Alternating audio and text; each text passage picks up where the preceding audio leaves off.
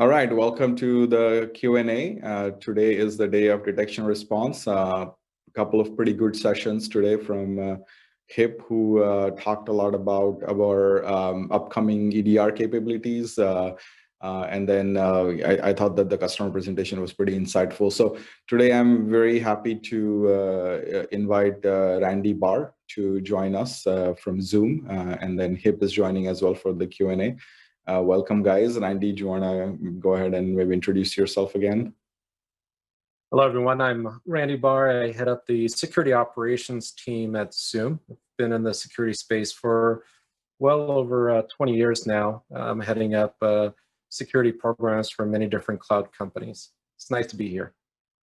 Thank you, Randy. And HIP already had his presentation, so I think you introduce yourself. So hopefully, if you guys don't know who HIP is, then you should go back and listen to his presentation. He did a pretty good job at that. And HIP has joined us recently, and so he has a lot of experience in the industry when it comes to detection response capabilities. But today I'm going to start off by talking to Randy initially. Obviously phenomenal success for Zoom as you guys are growing, and I'm sure that that's had a major impact on the way infrastructure has been growing, and as well as what security teams have had to do in a pretty short amount of time. So I'm sure that our listeners would want to know a little bit more about the journey that you guys have been going through. So if you don't mind talking a little bit about that, that'll be great.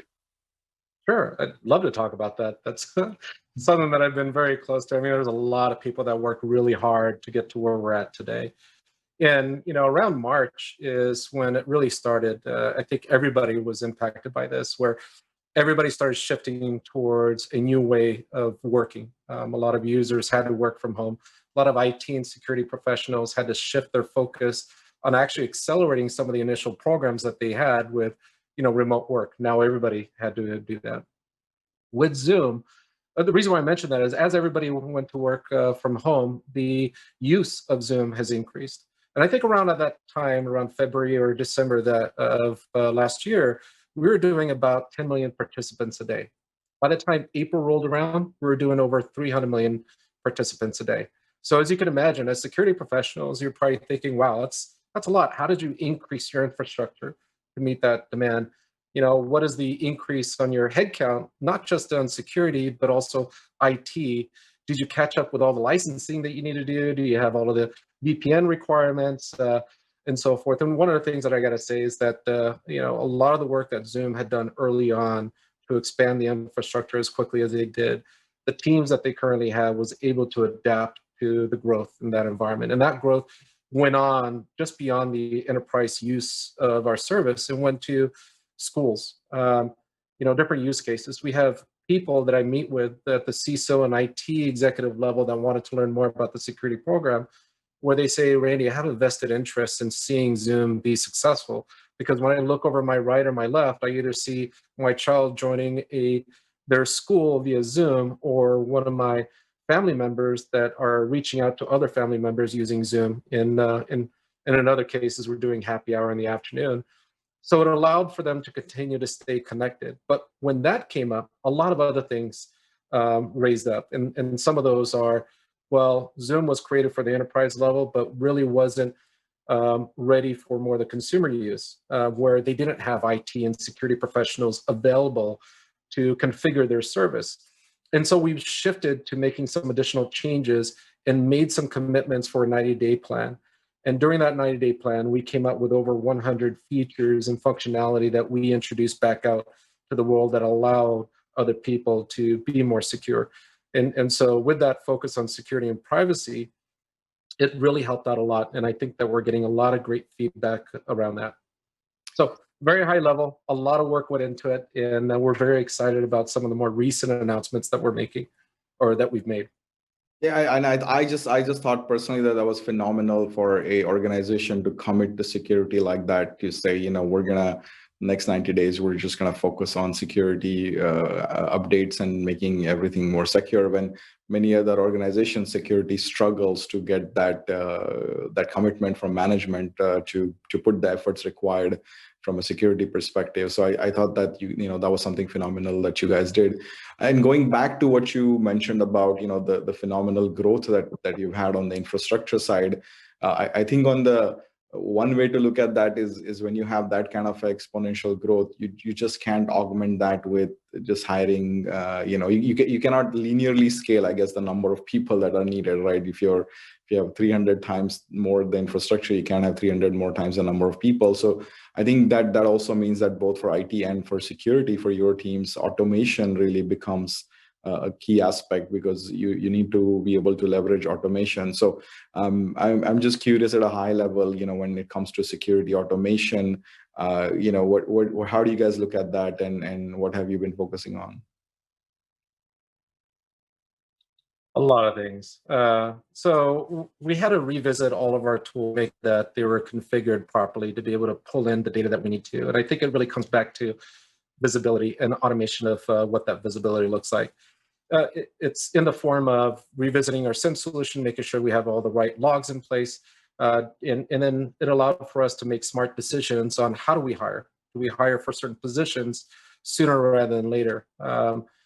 Automation is very key to ensuring that we're not missing anything. So revisiting a lot of the manual processes helped out a lot.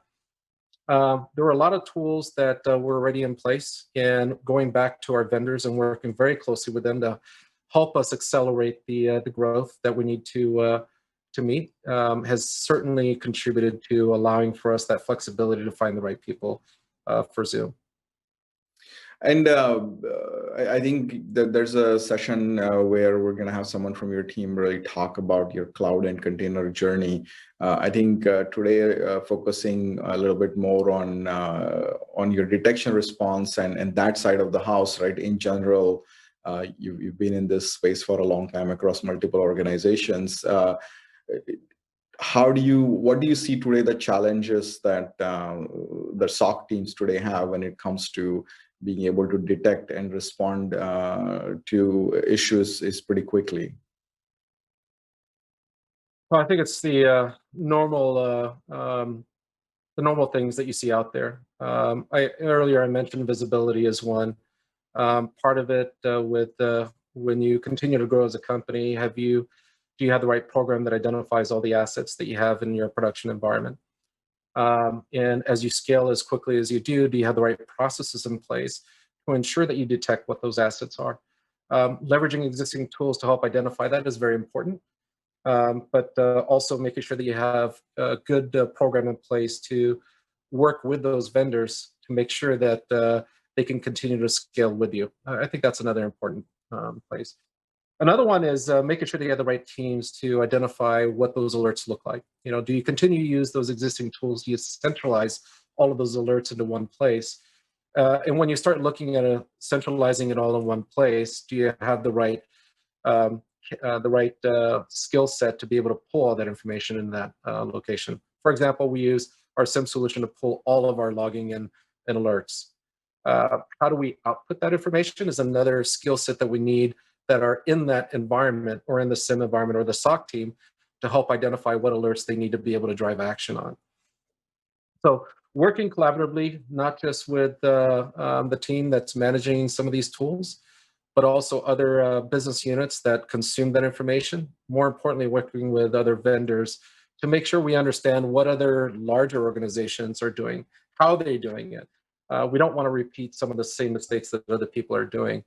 And so bringing on vendors to help us with that, as well as hiring the right people that has those experience, will greatly contribute to not having to fall in that same trap that others had experienced. Yeah, I think you make a really good point about you got to know what you have before you can talk about securing it. And I think HIP, I think this probably kind of dovetails into your presentation earlier, where you talked about EDR and you talk about a multi-vector approach, where you obviously you have the telemetry coming from the asset as it pertains to specifically EDR type capabilities. But if you could talk a little bit more around the multi-vector approach, and asset inventory is a big part of that, and knowing what you have on that particular asset. So how does that help the SOC analyst to have this kind of information at their fingertips when it comes to vulnerabilities, misconfigurations, etc.? Yeah, absolutely. And so I'm sure Randy could attest to this, right? The goal of every security team is to get breadth of knowledge and also depth of knowledge, right? And the breadth of knowledge, it always starts with asset inventory. Having something that can assess all of your assets within your corporate environment, whether it's managed or unmanaged, is key to really understanding where your attack vectors are, understanding where your weaknesses and strengths are within your corporate environment. If you don't have that, it's like, playing StarCraft, and you have this, you start off and you have this cloud of war where everything's dark and you have no idea what's going on in the screen, right? And so that's an analogy I always use when it comes to really understanding asset inventory from a security perspective. Because now, especially with COVID, employees are working from home. You don't know what's in the home network, and that's another complete black box for most, security professionals and security teams. So it starts there first. Asset inventory number one, understanding what is your footprint and understanding where the weaknesses of that footprint are. And that's one of the weaknesses of a lot of the existing endpoint detection and response products, which is, they start off with, they're a startup company that really hone in on one particular segment of the problem. And they're, you can argue they're really good at doing that. However, as an analogy I use in my presentation, to a hammer, everything is a nail. So to most EDR solutions, if they feel like, if they kill the process and, remove the artifacts on the system, they feel like their job's done. But, I'm sure Randy will attest, his job's not done, right? You have to now look at when go in deep, understand how did it get there? Why was it there? Is there things that I can do beyond after doing the root cause analysis to now look towards the future, and how do I harden and improve my security posture? Yeah, I think that also brings up a good question around expanding of the footprint outside of the traditional EDR assets, because when you talk about detection response. So one question I have is, a lot of times EDR has been looked at mainly as a Windows related issue, and people focus on Windows when it comes to EDR. Are you seeing more of that happening on the Linux side of the house as well? Yeah, absolutely. So Windows always gets a lot of the attention, right? Because that's where most of our footprint tend to be. A lot of consumers are on Windows as well, but that is shifting and changing. We're seeing the presence of a lot more Macs, which, as everyone knows, is Linux based, right? But also Linux devices is oftentimes where the crown jewels are. Yes, it might not get the attention that Windows has. Windows is oftentimes the easier entry point, but it's also oftentimes the launching pad for attacks after they get a beachhead into the corporate environment. Then they can move laterally. Then they can assess and get more visibility for the attack, and try to really hone in on where the crown jewels are. And those are oftentimes the Linux boxes. Right. Which also means that the attack surface is moving more into the not just your client endpoints like laptops, etc. It's also moving more towards server side, where Linux is obviously quite heavily used. So I'll come revisit that again. But I think Randy, something that we have EDR solutions there, and we still develop and deploy SIEM solutions, and I think that's primarily because the EDR solutions, as helpful as they are for that specific goal, they don't tend to give you the overall holistic picture of the entire environment. When it comes to your non-agent based assets, your printers, your other things that could be compromised, as well as your container cloud environment, and that's where I think that the SIEM solutions are leveraged more. And you mentioned earlier about reevaluating, how your SIEM architecture needs to be. So I was curious if you had more thoughts on, just what the SIM architecture really should be moving forward? Because this is definitely one thing that a lot of our customers talk about right now, is that their existing SIM solutions or the architecture or the way they do it is just not scaling. So some of them are moving to different solutions. Some of them are writing their own SIM solutions using open source technology. I'm curious where you lie in that spectrum. Our SIM solution has been in place since I think last year, actually, and we've been continuing to develop on top of that. Having the right team that pulls the logs in from different sources and ensuring that we collaborate together with the SOC team to ensure that we know what we're pulling in and that they can take action on it is important. There's a few other things that came about that. One is, how do we integrate into our CMDB just to make sure that we identified all assets is another key area. The trust and verify type approach. We trust that the CMDB is up to date, but let's confirm that. Some of the solutions allow for us to be able to determine this is what we're seeing, and this is how many assets that we believe exist. Is there a gap? And if there's a gap, let's dive a little deeper. Hopefully it's so small that it's a very quick and easy conversation. The other part is one of the challenges that we have tackled on is, how do we prioritize some of the things that we're seeing in there? What's interesting is, more people work from home. Which device do you actually force and make sure that they're updated? Are they connected? Can you get to those devices, or do you have to enforce an awareness over to the users? Is another area. So those are the two things that we're looking at. But to go back to SIM solution, we're pretty happy with the one that we have today. We're going to continue to build on what we're doing.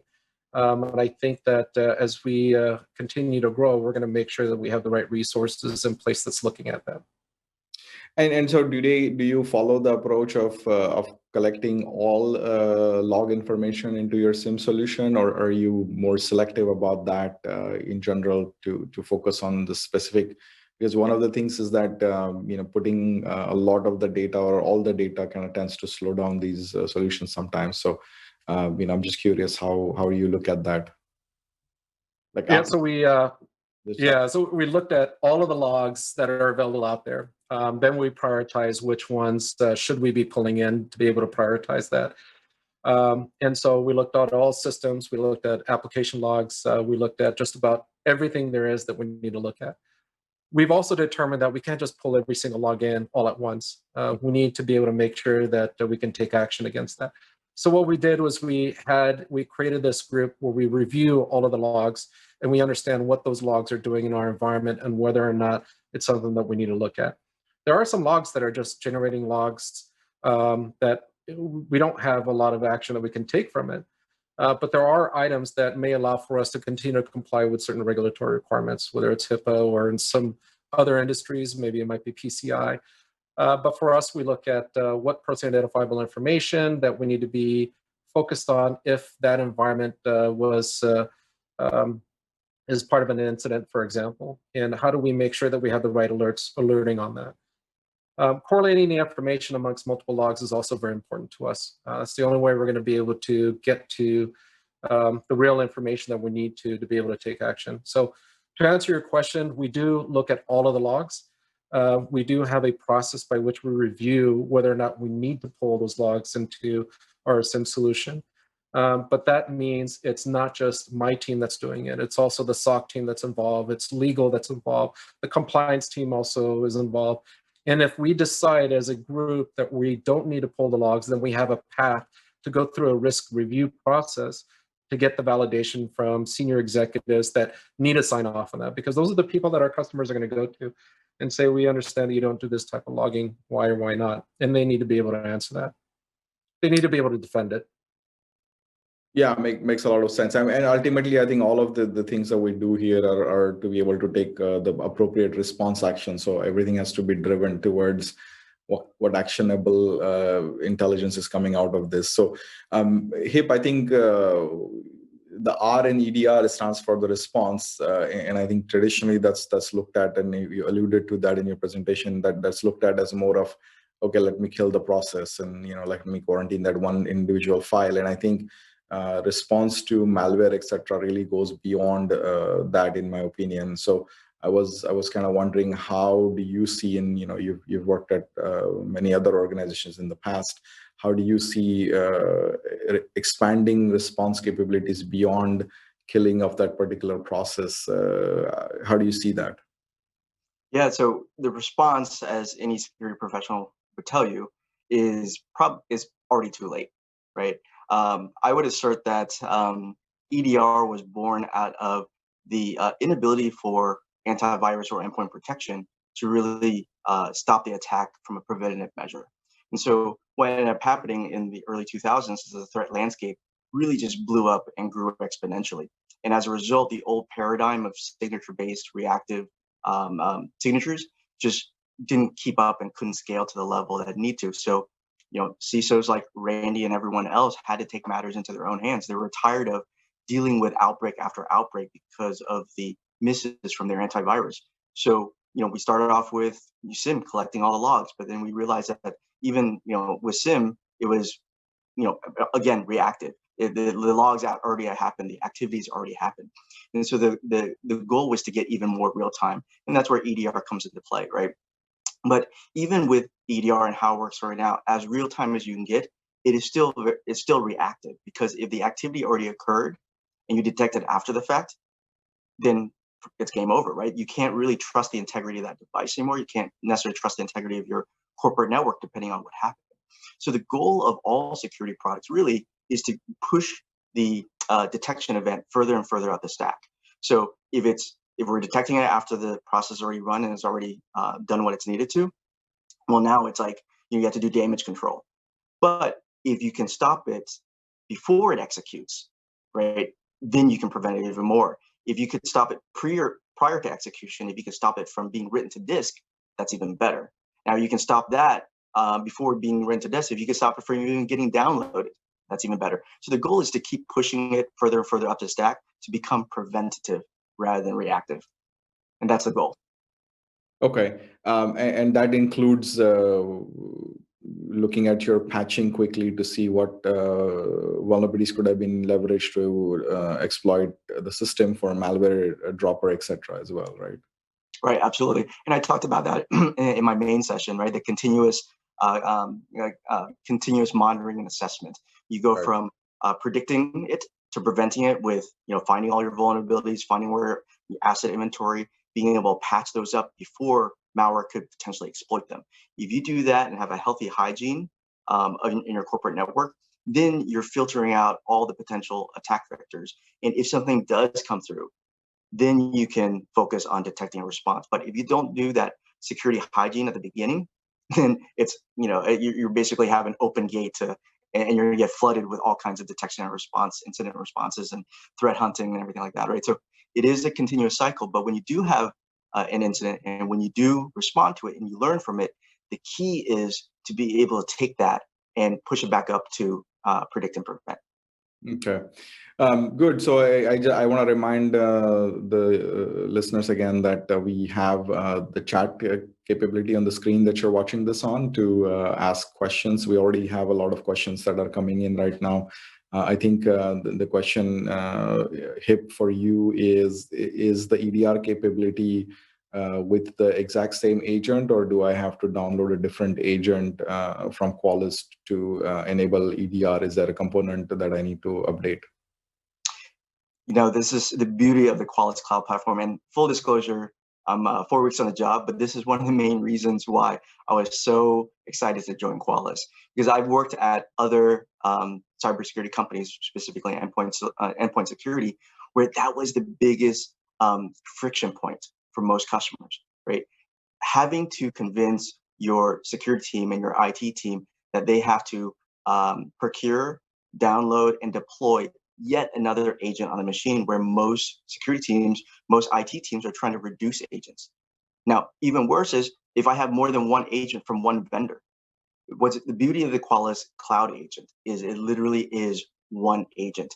You pull it down and it can do everything from the vulnerability assessment, policy compliance. And then when you want to enable your endpoint detection response, it's just a matter of clicking on the appropriate asset, saying, I want to enable my EDR module. It pulls down a manifest, and you have full EDR capabilities without having to go through any type of procurement or any type of deployment process. Well, and I think to that extent, the point that I see here is that, and again, I'm not the expert. You guys are the experts here, but I feel like if you are gonna do EDR on a system and deploy that agent, then you certainly have to be looking at the vulnerabilities, misconfigurations, and fixing those. Otherwise, there's really not much point in deploying an EDR when you're not even patching your system. So, which means that you can either do that with 3 different agents, or you can do that with a single agent, and then that's the direction that you're mentioning that we're going. So that makes a lot of sense. I have another question. I think this is for Randy, coming in from a user. It's good to see the focus that Zoom is putting on security. Is there a place where we can go and keep track of all the security capabilities that Zoom is adding to the products? Yes, actually. So if you do a search on Zoom security and privacy, that's where we make all of our recent announcements. And more one that we just announced is true end-to-end encryption for your Zoom environment. And that means that the person that's initiating the meeting is the one that distributes the key out to all the participants. We don't see any of that. There's no way that we can look into that. So there's additional information around how that is being used on our site. So please feel free to visit that. On that same page, we also will be making future announcements. The other thing that I'll also share with you is that the commitment that Eric, our CEO, has made around privacy and security, one of which is making sure that he does webinars on a regular basis. And currently it's on a month-to-month. And all of the recordings from the time that we started his webinar back in April are also available online to also see what progress we made from the time that we started to where we're at today. So feel free to visit that site. You can also register online to participate in future webinars. Okay, good. And I'm going to ask one of the moderators on the Qualys side to post a link to that in the chat, so folks can click on it and go there as well. So, Randy, another thing that came up as I was talking to HIP was, and we've talked a little bit in the past about the consolidation tool approach versus kind of best of breed and a lot of different tools kind of an approach. And where do you see, in your thought process, where do you land with along that spectrum? Because there clearly is a push to consolidate tool set, do you see that bringing value to you guys? Absolutely. As we continue to grow as a company, it makes more sense to look at solutions that are consolidated as much as possible. Makes it easier for the security team to manage through that all the way from detection to allow other teams on, for example, our red team or our threat hunters. But also managing our vendors is also very important for us. So we have a group that's just focused on making sure that we identify all of the tools that we're currently using, where are some overlapping opportunities there, and see which solution is the right solution for Zoom, considering the size that we're at today. And I think that's very important to know, that as we continue to grow, we need to make sure that we have the right tool set that everybody in our security organization can leverage, no matter what function that they serve in the security program. So consolidation is very important. And that ties also into that, you guys have done a phenomenal job at the digital transformation, leveraging cloud containerization, and that also gives a big opportunity to get security right in the initial phases with being able to leverage the CI/CD pipeline. So curious, in that sense, what are you guys, how are you guys doing that? And are you leveraging that ability more so that you can be safer from the beginning? Well, I got to say that everything that we're doing, we continue to revisit what we're doing. As we continue to add more security professionals into the security program, they come with a wealth of experience and knowledge that allows for us to revisit some of the implementations that we put in place. So it's going to continue to change. It's not one of those I can answer in one paragraph. As we take the continuous improvement approach to our security program, I think that we're going to see some additional enhancements that's not only going to benefit Zoom, but it's going to also benefit our users of our service. Yeah, and that's really good to hear, because as you said today, Zoom and what you guys do and what you're doing is really impacting everybody, even at home. And that, just in general, there is um, as people are working from home, I think that becomes a overall question around security as people use work laptops, etc., in the home environment. Yesterday I talked about we had a vulnerability a few days ago that came up in Discord, right, which is used by a lot of people who do gaming, and not traditionally an enterprise solution that IT team would worry about. But now when you think about it, that your device is in the same home network as your child's desktop that may be running a Discord which has vulnerability, how does that impact you? And now you are talking about devices that are essentially out of your purview as an enterprise to look into. And I think it's very interesting areas and times that we're in now. So quite an interesting area that we need to really look into. So there's a sort of related question here that came in, which is around Qualys. Does Qualys do its own malware research, or is it focused on threat intelligence from third parties only? No, absolutely. We have our own team of Qualys malware researchers that I work with every single day, right? And we have one of the fun parts about my job as being a product manager is I become the central point for engineering, QA, threat research, but also from the business side, sales and marketing and support as well. And those all become contributors to this roundtable for constant product improvement. So our malware researchers are the subject matter experts on this particular domain, right? They're keeping track of not only what are the most prevalent threats out there, but also kind of attack techniques are being utilized. And as a result of that collective knowledge, they're feeding back to both the engineering team and myself and saying, hey, here's a new attack vector right here that we're not necessarily covering yet, or we've got it, except we just need this a little additional bit of data from our agent. So we work as a collective to identify what the problem is, working with engineering to understand, to come up with a solution to that problem, whether it's a new feature in the agent, whether it's a new visualization or capability of the management console.